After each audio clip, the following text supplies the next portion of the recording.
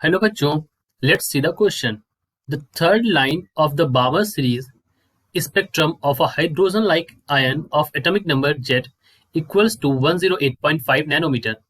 The binding energy of the electron in the ground state of these ions is Eb.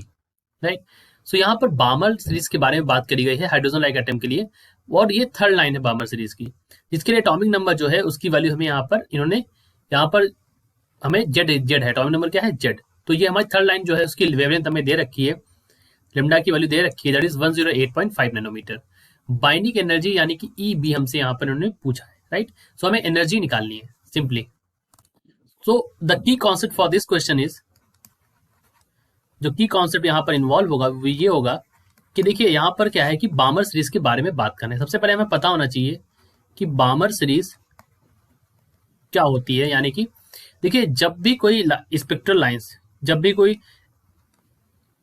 n is equal to किसी भी level से, n is equal to किस पर आता है? n is equal to 2 पर आता है. तो वो जो सीरीज हमें बनती है वो हमारी कौन सीरीज होती है? वो हमारी बामर सीरीज होती है. सिमिलरली जैसे अगर n इज इक्वल टू 1 पर आएगा तो हमारा लाइमर सीरीज बनेगी. अगर कोई भी एलिमेंट कोई भी एटम अगर यहाँ n is equal to n से या किसी भी लेवल से n इज इक्वल टू 2 पर आता है, इस एनर्जी स्टेट लेवल पर आता है, तो वो हमारा बामर सीरीज शो करेगा. यहाँ पर उन्होंने कहा है कि third line of Balmer series. देखिए third line of Balmer series का मतलब ये है, suppose this is n is equal to 1, right. ये हमारा n इज इक्वल टू 2 है, राइट. इसी तरह से n इज इक्वल टू 3 होगा, फिर 4 है, फिर 5, 6, 7, राइट. सिमिलरली हमने ये फिगर सिर्फ पिक्टोरियल रिप्रेजेंटेशन किया है ताकि आप समझ सकें. सो इसी तरह से हमारे लेवल्स होती हैं 6 और ये 7. देखिए अब यहाँ पर n इक्वल 2 के लिए ये हमारी फर्स्ट सीरीज है जो कि 3 से आ रहा है. सेकेंड लाइन जो होगी वो हमारी 4 से आएगी, लेकिन जो थर्ड लाइन होगी वो हमारी कहाँ से आएगी?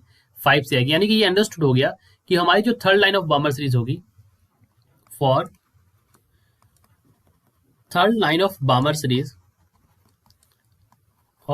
सीरीज जो हमारा ट्रांजिशन होगा, our transition will be from n1 is equal to n2 is equal to 5. This is our transition.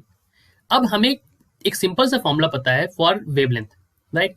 हमें इन वेवलेंथ को निकालने के लिए एक सिंपल सा फॉर्मूला पता है, that 1 by lambda is equal to, we know this, that 1 by lambda is equal to z square 1 by n1 square minus 1 by n2 square, right.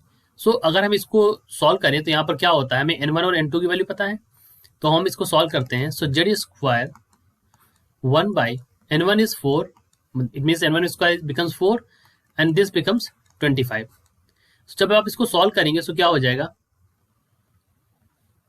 ये हो जाएगा हमारा 21 जेड स्क्वायर, 25 माइनस 4 21 हो जाएगा, divide by 25 into 4 that is 100, right.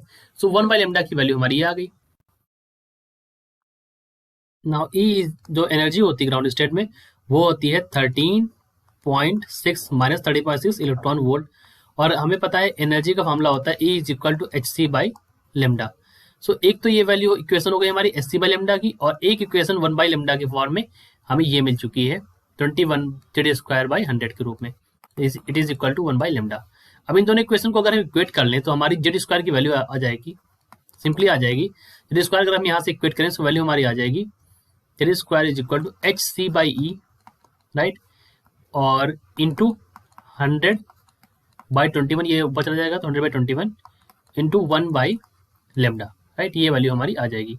So यहाँ पर हम सारी वैल्यूज रख देंगे जेड स्क्वायर में. तो एच सी की वैल्यू अगर मल्टीप्लाई करें तो 1242 हो जाती है इलेक्ट्रॉन वोल्ट नैनोमीटर की फॉर्म में, और ई की वैल्यू हमें पता है 13.6 है.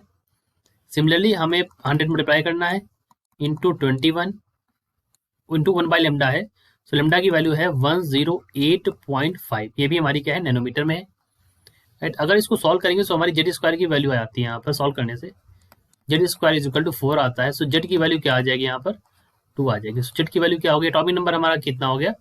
जेड की वैल्यू हमारी 2 की. तो ऑप्शन नंबर पहला हमारा सही है. अब हमें क्या निकालना है? बाइंडिंग एनर्जी निकालनी है. So binding energy of electron in ground state, energy of electron in ground state, ये हमें यहाँ पर निकालनी है, राइट. अब हमें पता है ये हाइड्रोजन लाइक आयन है, सो इसके लिए क्या होगा, बाइंडिंग एनर्जी का फॉर्मूला जो होता है हमारा, the EB is equal to 13.6 Z square by N square. अब यहाँ पर एन इज इक्वल टू क्या है, 1 है, ग्राउंड स्टेट के लिए बात कर रहे हैं। सो ग्राउंड स्टेट के लिए हमारा Z N is equal to क्या हो जाएगा, 1 हो जाएगा। सो ये वैल्यू हो जाएगी 13.6 इंटू जेड की वैल्यू 2 आई थी, उसका स्क्वायर करेंगे तो 4 हो जाएगा। सॉल्व करने पर वैल्यू आ जाती है 54.4 इलेक्ट्रॉन वोल्ट। ये हमारी किसकी वैल्यू है, बाइंडिंग एनर्जी की वैल्यू आ गई। सो हमारा ऑप्शन नंबर दूसरा भी यहाँ पर सही होगा। So option number 1 and option number 2 are correct. I hope you understood it well. All the best.